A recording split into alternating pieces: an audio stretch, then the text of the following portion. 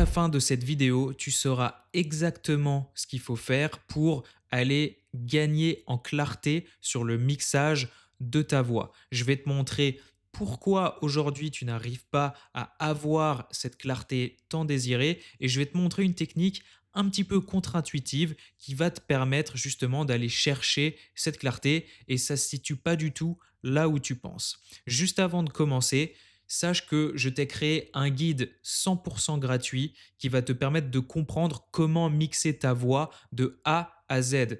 Donc, j'ai créé différents modules au sein de ce guide où je t'explique comment compresser ta voix, comment faire ton EQ. On parle aussi de saturation, de coloration, etc. Enfin bref, tout ce que tu dois savoir et comprendre pour mixer ta voix comme un professionnel. Je t'ai mis le guide dans la description de cette vidéo, c'est le premier lien que j'ai mis. Donc va le récupérer en complément de cette vidéo, ça te sera très utile pour comprendre comment mixer une voix et on commence tout de suite.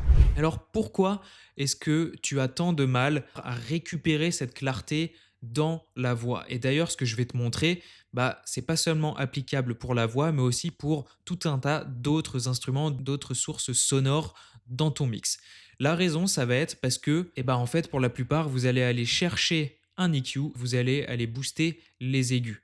Alors, même si ça paraît logique au premier abord, aller booster ces aigus ne va pas du tout faire en sorte de gagner en clarté dans le mixage de ta voix. En réalité, il y a une étape beaucoup plus importante à faire avant ça, et c'est cette étape-là qui va te permettre de gagner en clarté. Alors, tu vas sûrement trouver ça illogique, voire peut-être contre-intuitif, ou même que c'est carrément du bullshit, mais sache que ça marche vraiment et sache que c'est comme ça que les professionnels travaillent quand il s'agit de mixer une voix et d'avoir une voix propre, une voix clean et une voix claire, avec de l'air, avec de la clarté, de l'intelligibilité. Cette technique, c'est tout simplement d'aller nettoyer ta voix. Alors, tu as deux étapes pour aller nettoyer ta voix.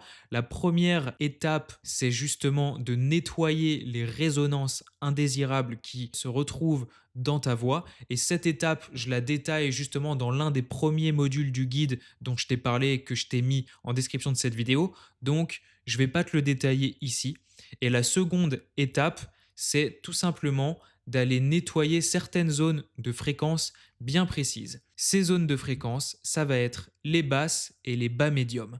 C'est surtout dans les bas médiums que va résider tout le côté brouillon et boueux d'un signal sonore, d'un instrument, d'une voix, enfin bref, d'un enregistrement. Et donc si tu vas pas contrôler cette partie-là, nettoyer cette partie-là, peu importe quel boost tu vas faire ici dans les hauts médiums ou dans les aigus, en fait, tu auras toujours ce problème de manque de clarté, ce côté brouillon qui va persister dans ta voix. Donc, il faut à chaque fois que tu mixes une voix, à chaque fois que tu EQ une voix, aller corriger cette zone-là. Et donc, cette partie bas médium qu'il faut absolument aller corriger, c'est une zone qui se situe entre les 200 Hz et les 500 Hz. D'accord? Donc là, selon évidemment le contexte et la qualité de l'enregistrement que tu as de ta voix, tu vas aller baisser légèrement cette partie-là. Et tu vas également aussi supprimer les subs inutiles, donc les extrêmes basses en dessous des 70-80 Hz. Tu vas aller les supprimer parce qu'en général, sur une voix, c'est complètement inutile, ça sert à rien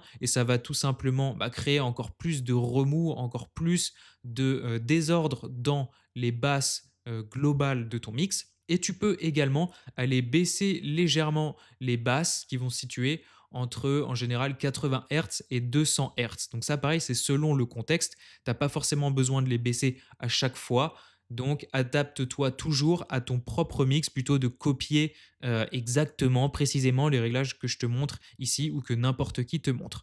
Mais en tout cas, cette zone des bas médiums entre 200 Hz et 500 Hz, celle-ci, quasiment à chaque fois, il va falloir que tu ailles la baisser, l'atténuer un petit peu pour aller désengorger cette partie des bas médiums, pour désurcharger cette zone-là et gagner en clarté. C'est vraiment cette partie-là, quand tu vas la baisser, qui va te faire gagner en clarté, qui va faire respirer ta voix. Et ensuite, une fois que tu auras fait ça, alors ici j'ai ajouté une petite belle dynamique pour atténuer les sifflantes des voix que je trouve un peu agressives. Mais une fois et seulement une fois que tu auras fait ça, tu pourras aller booster certaines zones dans les hauts médiums et les aigus. Et les zones précises qui vont te faire gagner en clarté, une fois que tu as corrigé ça, ça va être la zone responsable de l'intelligibilité de la voix, donc souvent entre 2000 et environ 6000 Hz, et les extrêmes aigus qu'on appelle aussi l'air, au-dessus de 10 000, 12 000 Hz. Et donc tu vas aller pouvoir booster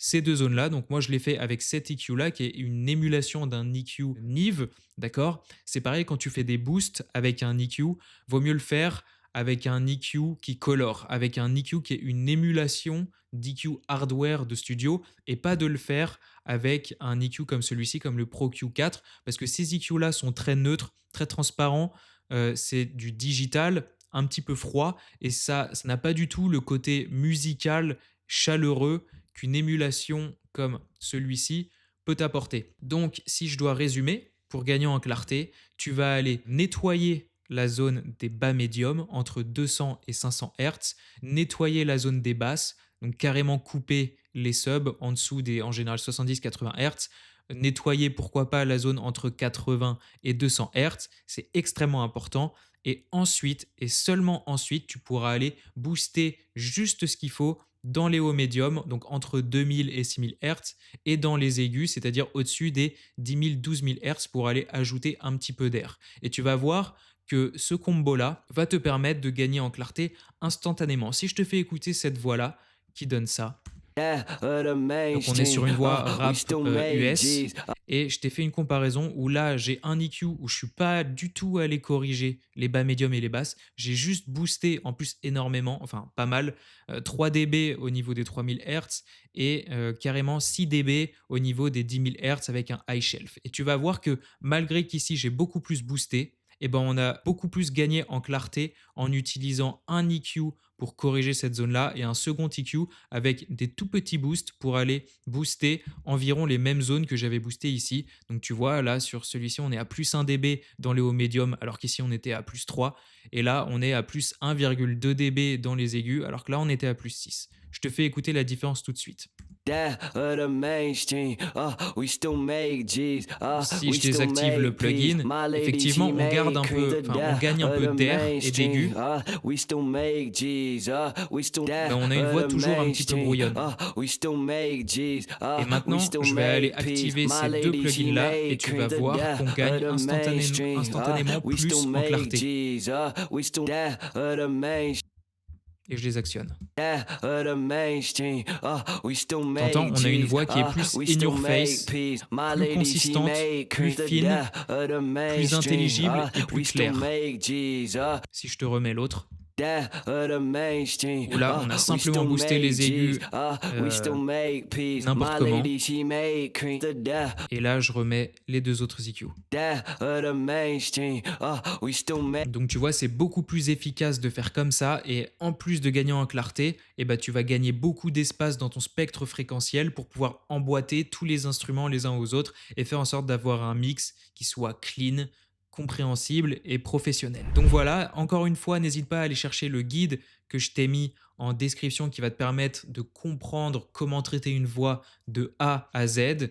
C'est souvent accompagné de vidéos pour que tu puisses mieux comprendre quel traitement appliquer et avec quel réglage. Et sinon, abonne-toi à la chaîne, ça fait toujours plaisir et ça te permettra de ne pas rater les prochains conseils de mix que je vais publier. J'en publie toutes les semaines. Et sur ce, je te dis à très bientôt pour une nouvelle vidéo. Ciao!